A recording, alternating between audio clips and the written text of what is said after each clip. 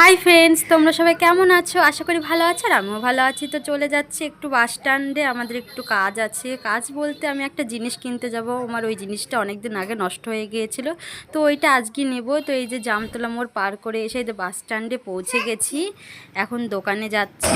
আর দোকানটা হচ্ছে নতুন বাস স্ট্যান্ডে ঢুকতেই যে শ্মশানের দিকে যে রাস্তাটা আছে, ওই রাস্তাটা 2-3টি দোকানের পরেই দোকানটা। আর আমি কি নিতে যাচ্ছি সেটা এখনও তোমাদেরকে বলা হয়নি। আমি এখন নিতে যাচ্ছি একটা রিং লাইট। কিসের জন্য? এর আগে একটা রিং লাইট ছিল, সেটা আমার ছেলে ভেঙে ফেলেছিল, তো সেটাই আবার আর একটা নতুন করে কিনতে যাচ্ছি। তো দোকানে এই যে পৌঁছে গেছে। তো এই যে দাদাভাই আমাকে রিং লাইট দেখাচ্ছে, তো অনেক বড় বড় রিং লাইট দাদাভাই দেখাচ্ছিল। তো অত বড় রিং লাইটের আমার কোনো প্রয়োজন নেই, তো আমি একটা ছোট সিম্পল দেখে রিং লাইট কিনলাম। বড় বড় রিং লাইট দেখাচ্ছিল, যেগুলো হচ্ছে সেই মেকআপ আর্টিস্টদের দরকার, সেই সব ধরনের রিং লাইট দেখাচ্ছিল। তো দাদাভাইকে বললাম যে আমার এরকম রিং লাইট লাগবে না, আমার একটা সিম্পল রিং লাইট লাগবে। এই যে এই রিং লাইটটা দেখছি, আচ্ছা তুমি ভেতরে আসো না।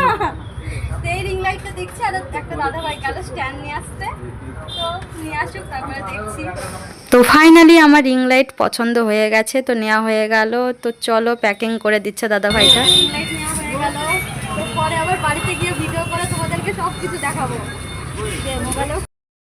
তো এই যে আমাদের আমার রিং লাইট, টাটা বাই। কি যে আনন্দ হচ্ছে, আগের রিং লাইটটা তো নষ্ট হয়ে গেছিলো, তো আবার আর একটা নতুন রিং লাইট নিয়ে নিলাম। তো চলো বাড়িতে গিয়ে আবার সেট করে তোমাদেরকে দেখাবো।